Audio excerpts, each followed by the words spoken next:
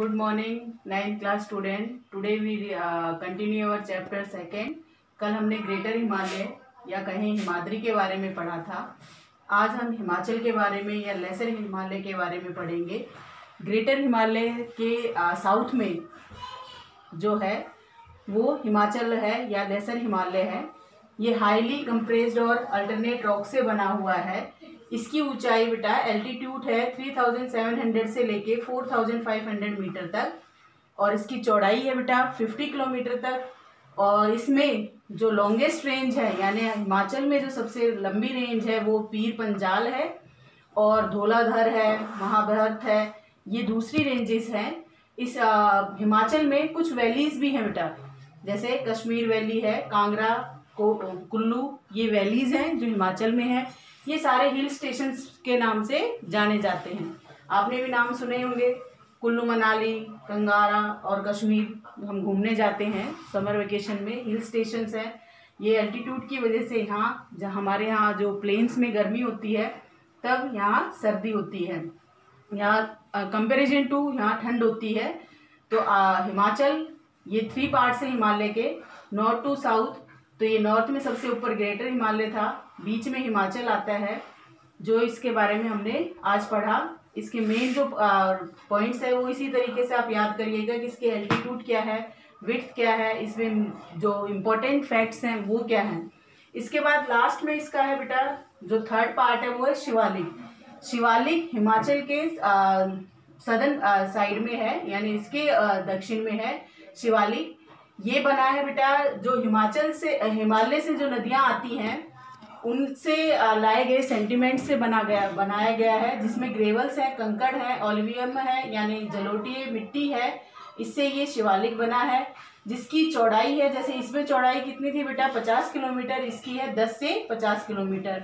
और इसमें ऊंचाई 900 से लेके 1100 किलोमीटर तक, और इसमें थी 3700 से लेके 4500 मीटर तक। और इसमें दून्स है, शिवालिक्स में बहुत सारे दून्स हैं। ये लॉन्गिट्यूशनल जो एक्सटेंड है उसके हिसाब से, जिसका नाम हम कह सकते हैं देहरादून, कोटली और हम कहें पतली दून, ये दून्स के नाम है जो किसमें है बेटा शिवालिक में है, जिसको हम कह सकते हैं कि ये आउटर मोस्ट रेंज है हमारी। क्या है बेटा आउटर मोस्ट रेंज है।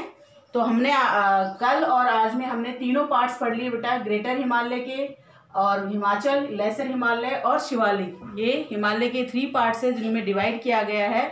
इनके अलावा हम कहें जो हमारा हिमालय है वो एरिया वाइज भी बटा हुआ है।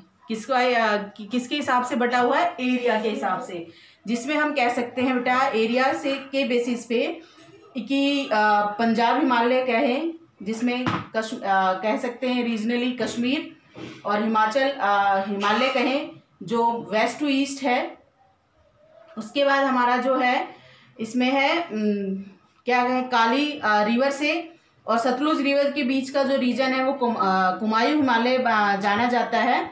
और जो काली और तिस्ता रिवर है उसमें जो क्षेत्र आता है नेपाल हिमालय, और जो पार्ट लाइन बिटवीन तिस्ता और दिगांग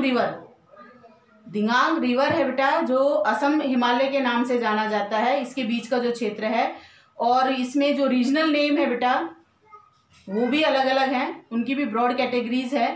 तो आज आप अपने हिमालय के जो रीजनल नेम्स हैं उनके बारे में खोजिएगा। और ब्रह्मपुत्र जो है वो बेटा हमारे जो ईस्टर्न पार्ट है, ब्रह्मपुत्र ईस्टर्न पार्ट को क्या करता है बेटा बाउंड्री को बताता है हिमालय की। और यहाँ जब अरुणाचल प्रदेश के आते ही फिर ये नीचे साउथवर्ड में टर्न हो जाता है हिमालय हमारा। दिगार जॉर्ज है वो हिमालय को बेंड कर देता है, यानी नीचे की तरफ बेंड हो जाता है, जिसे हम कहते हैं पूर्वांचल। पूर्व का आंचल, पूर्व की तरफ जो आंचल है प्रदेश है उसको पूर्वांचल कहते हैं। ईस्टर्न हिल्स है, यहाँ पे माउंटेन्स है।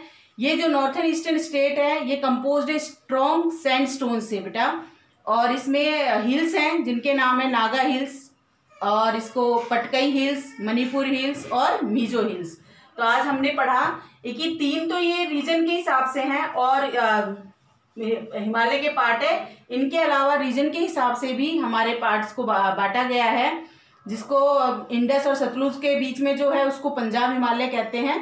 और इसके बाद जो काली नदी और सतलुज नदी के बीच है उसे कुमायूं हिमालय कहते हैं, असम हिमालय है। और दिगांग जो जॉर्ज है वो हमारा हिमालय को साउथवर्ड की तरफ बेंड कर देता है।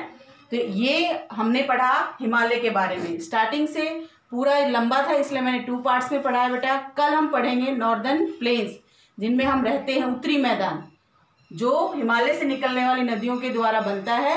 तो आज हिमालय को जो 2 दिन में हमने अलग अलग पढ़ा उसको एक साथ पढ़िएगा जिससे समझ में आए। और जो मैंने अंडरलाइन करवाया है या जो पॉइंट लिखवाए हैं ब्लैक बोर्ड पे उनको रिवाइज करिएगा। थैंक यू बेटा।